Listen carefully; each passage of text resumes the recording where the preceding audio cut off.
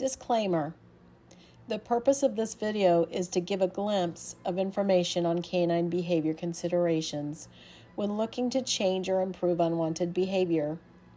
It is not meant as a replacement for qualified help. In fact, we really only scratched the surface in this video. Please contact a qualified trainer or canine behavior consultant for qualified help.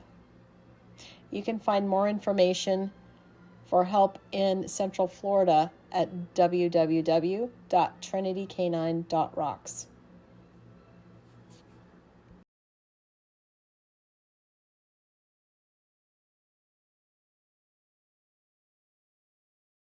I'm Leah Morse, the owner and operator of Trinity Canine. This is a discussion about canine behavior. It's meant to be just an overview, something to give you more information. It is not meant to be a problem solver. It is not meant to solve major problems with your dog. It is simply just more information to help you when determining what your issues are and potentially the course of action to solve them. I highly recommend that you do contact a qualified trainer, somebody who does have certifications that require continuing education. I've had an affinity for animals since I was very young. I, of course, focus on dogs, but I love all animals. You can see my little honey is joining us. She's napping right now.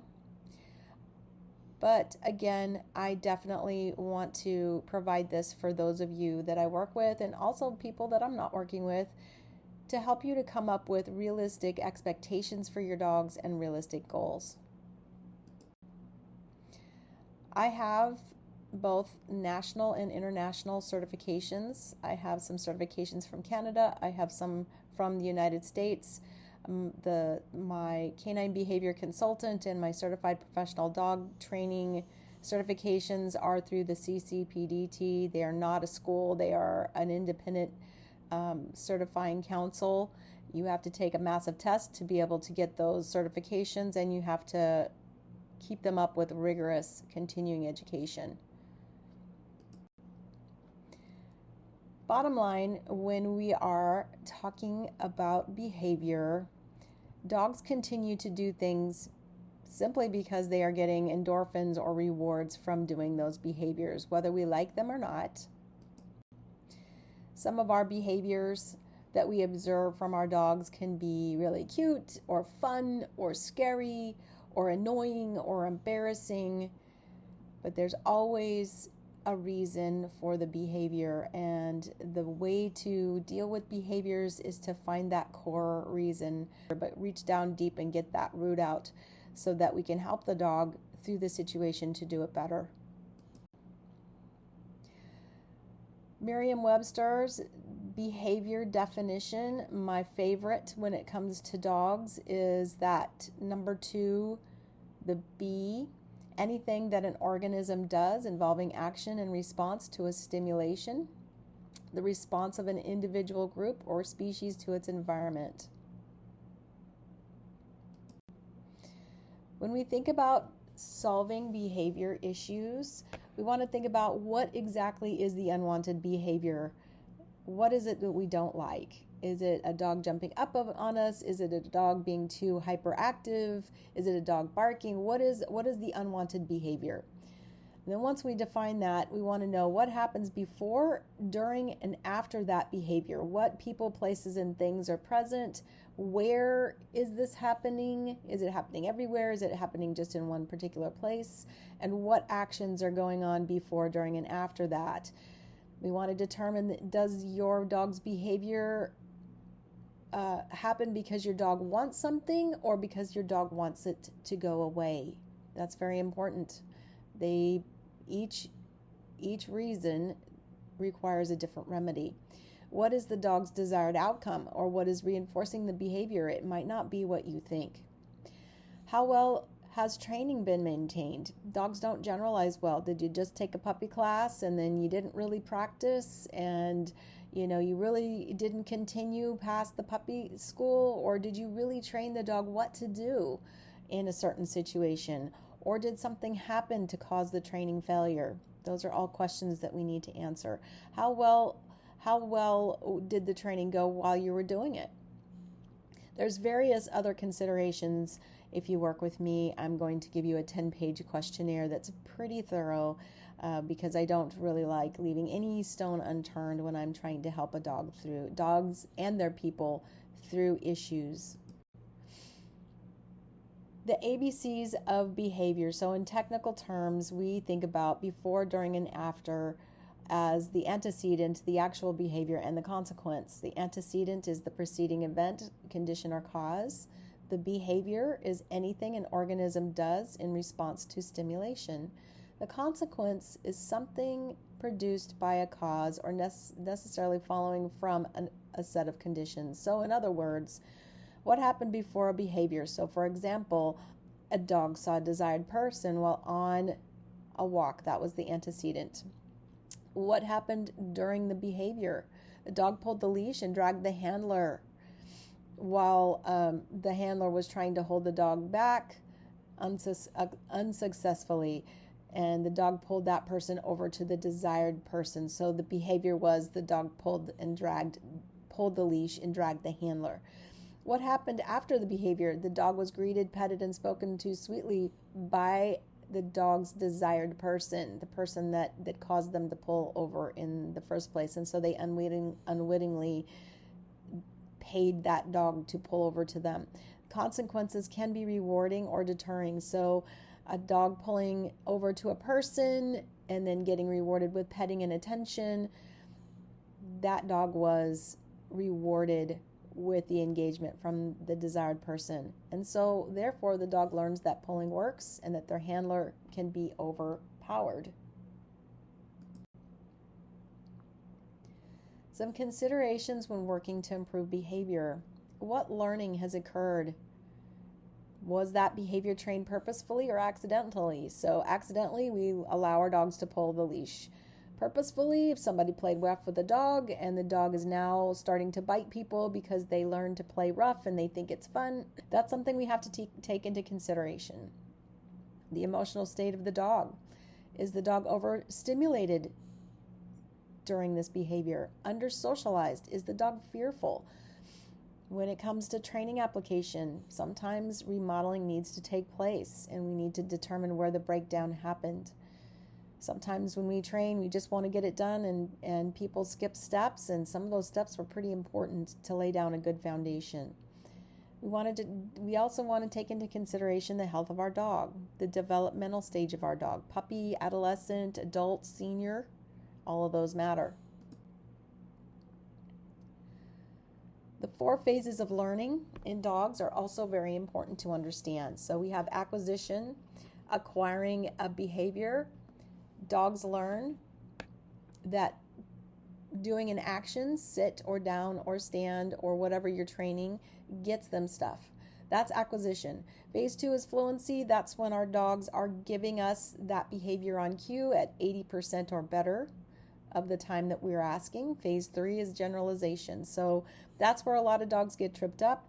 We have to train in all the areas that our dogs are going to be required to work. And when we go to a new area, we need to meet our dogs where they are successful, because training in the kitchen doesn't always transfer to good compliance in the park. If we didn't start over in the park and work through all the distractions that happen there, we're going to have some faulty training there if we don't do that properly. Of course, maintenance is always going to come into play. If you don't use it, you lose it, just like with us. We also need to make sure that our dog's needs are met. Physical needs, nutrition, fresh, clean water, adequate shelter, enough exercise, healthy body weight, grooming, comfort, vet conventional, or holistic care. Don't rule out your holistic vets. They're just as important as your conventional vets, and they do things differently, and sometimes using both together can really get you the best health of your dog. Emotional, 7 core emotions are identified in dogs. We'll talk about that in a little bit. Personal space, mutual respect, quality time, acceptance, love, and affection. Oxytocin release happens when we're together with our dogs. They're one of the few animals that releases that. Companionship is important, human and canine appropriately. Stable social groups, freedom to be a dog.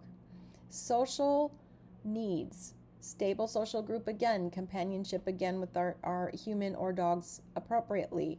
Acceptance, sometimes we just got to know that dogs are the way they are. And, looking at breeds and what they were designed for is always helpful in understanding that. If you have a Border Collie, Heeler, or an Aussie and they're nippy, well, they were bred to do that. So some of that is going to be expected. We can train them to do it appropriately, or at least not to do it to people. But you need to understand that if you have a dog that was designed to run, such as a Husky, you need to be careful with those barriers at that front door. So understanding and appreciating and accepting the dog in front of you is really important. Off-leash on interactions when it's appropriate and safe. Personal space, again, self-control, teaching them those impulse control exercises, communication skills, have an adequate socialization, especially between the ages of 8 to 16 weeks. At another time, I'm going to cover puppy socialization, but that's going to be beyond the scope of this particular video.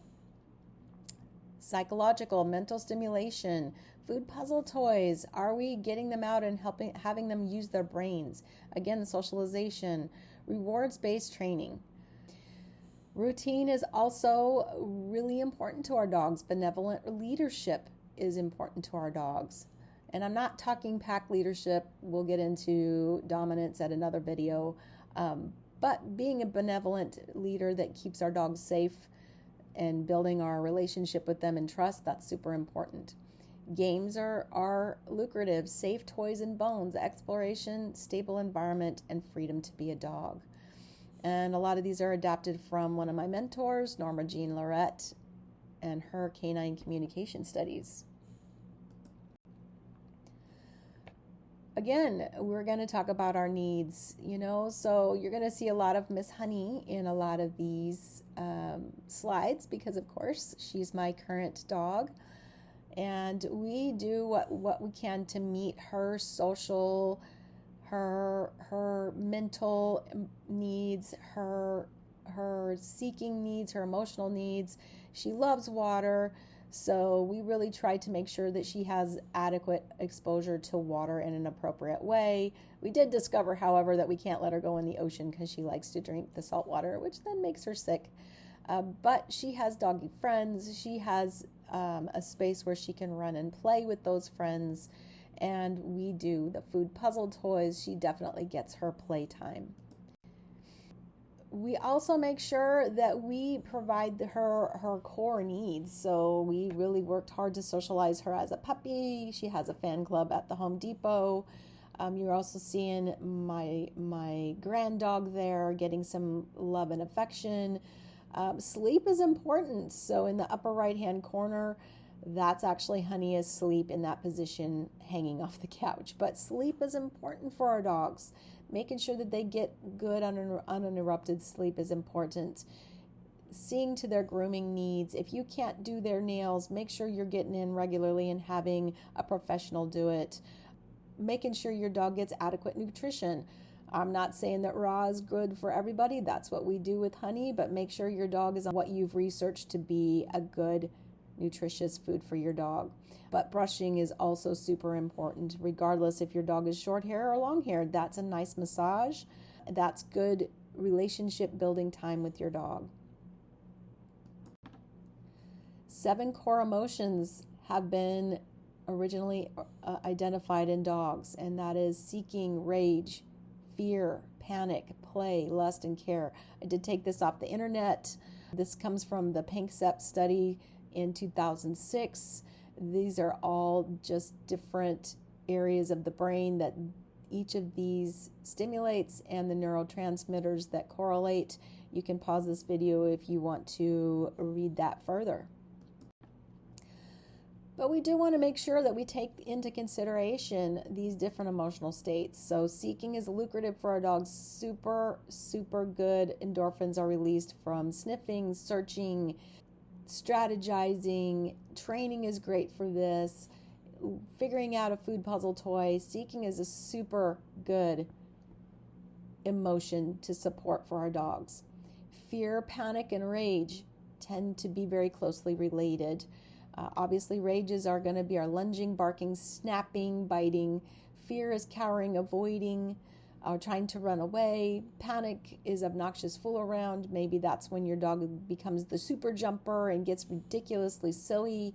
They're usually struggling with coping with what's happening, and there's a lot of times they're struggling to regulate their emotions.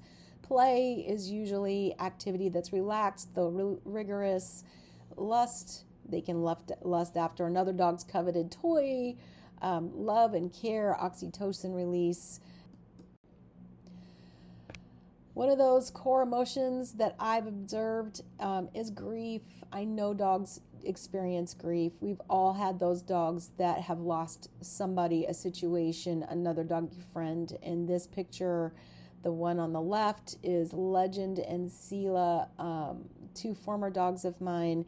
They were besties. If ever I've had dogs that were besties, they were besties. And boy, I'll tell you, when we lost Sela, Legend was very sad for quite a bit. You know, he did have another dog that he didn't get along with as famously as he did with Sela. Legend got along with everyone, but they were definitely not besties. But it was very sad for all of us when Sela left. And she did leave. That's the one dog that passed without us having to help her. First thing that I'm always going to recommend is that we rule out medical, pain, illness, hormonal, developmental, any of those things. I want to rule those out. Adolescence is a very difficult time to get through with our dogs. We need to determine if your dog wants a trigger or wants it to go away. Is your dog overstimulated or is your dog afraid? Learning canine body language and behavior, another video for another day beyond the scope of this video, but that is something that is very necessary to know, more than just a lifted lip and a tail wagging or their hackles up. What is mobbing? Sometimes our fearful dogs will run after something that they're afraid of, leaving people to conclude that their dog is not fearful. Well, a lot of times it is fear, and it is something seen in other animals. Crows will mob eagles, wolves will mob bears simply to drive them out of their territory. What might be rewarding for your dog for the behavior? If they're jumping up on you and you're touching them and telling them to get off and looking at them, all those things reward that jumping behavior. Also knowing what fool around behavior is. So we have fight, flight, freeze, and fool around, or forbear, which is basically shutting down and going into learned helplessness. Also, was there fair training with enough repetitions and variations for a dog to do its role? Dogs do not generalize well. In-home training is great, but it does not necessarily train them for what they're going to experience in everyday life, especially if we don't have enough repetitions. The number being thrown around out there in the dog training world is that it really needs to be about 2,500 repetitions for a dog to master a particular skill. How well was your dog socialized, especially between the ages of 8 and 16 weeks? And we do need to socialize them before 16 weeks. And I know that it is often recommended that we don't take them anywhere until they get their final rabies shot at 16 weeks. And definitely we don't want to go to dog parks and super public areas where we don't know the sanitation, and we don't want to cause disease in our puppies. But however, we do need to find some healthy, known dog-friendly dogs that are vaccinated. We need to get them around different sights, smells, and sounds, different surfaces, different areas. You know, I love going to all the dog-friendly stores and simply putting a blanket in that shopping cart and letting my dog ride around and experience the different sounds, sights, and what they smell and what they feel. It's very important that early socialization period between 8 and 16 weeks, their brain is still developing and they're very accepting of positive experiences. And it is important that we make sure that they are all positive experiences, because there is a fear period during that time as well. The American Veterinary Society of Animal Behavior has a tip sheet on socializing your dog, and they recommend getting them out before 16 weeks. And if you would like that, you can certainly contact me and I will give you the link, or you can go to avsab.org and look through their resources. That's avsab.org, and look on their resources tab and you'll find a lot of their tip sheets there. You want to continue that socialization after 16 weeks. Was there another thing to think about? Is anything significant fear-inducing experiences, especially in the fear period, 7 to 12 weeks, 5 months to a year, etc.? I worked with a puppy once that was an older puppy, 9 months old, but terrified of other dogs, and through the questionnaire that we gave, found out that at 12 weeks old, they were brought to a doggy daycare, and the doggy daycare basically put this puppy in a place circumstance with lots of other dogs. In its fear, it cried and screamed, and it incited all the dogs to attack it.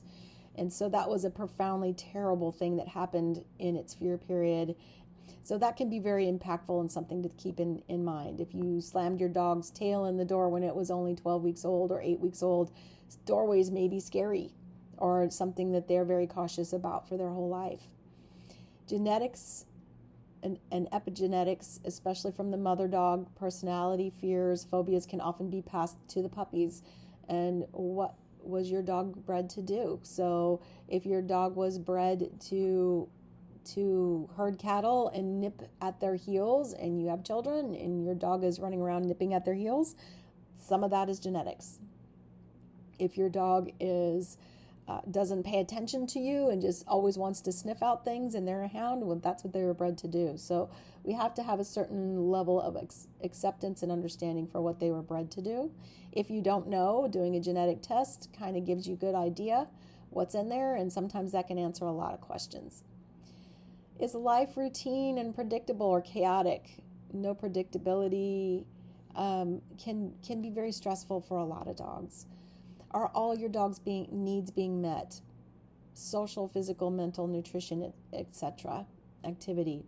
And there's numerous other things. That's why when you work with a good behavior consultant, they use a very thorough questionnaire. Mine has 10 pages.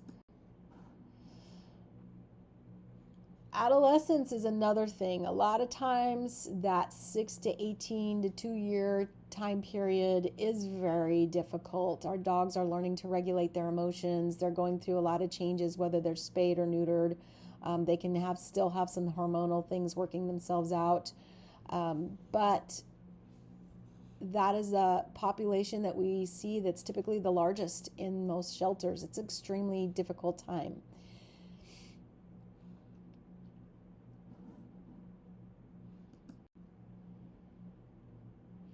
And at this time, a lot of bad habits can happen. So, with the jumping, a lot of people pick their puppies up and they learn that, hey, if I help them, I can just stand on their leg. It makes it easier. And then as they grow up, they know that getting up there, because they're too big, we don't pick them up, they will jump up to get our greeting or our engagement or our attention.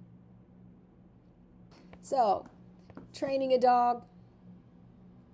We all want it to be this top one. We all want it to be a smooth ride. However, the reality is a lot of times it's the bottom to varying degrees. Sometimes we have just little hills and bumps, but sometimes we have egregious things to overcome when we're training a dog. So again, how do we tackle unwanted behaviors? We rule out medical issues, especially if there has been a sudden onset of an unwanted behavior. We make sure all the needs are being met: nutrition, mental stimulation, physical activity, an hour a day collectively. Your dogs need to be walked. Or if you have a big house and a little dog, we need to make sure that we're doing active play with them and some good training.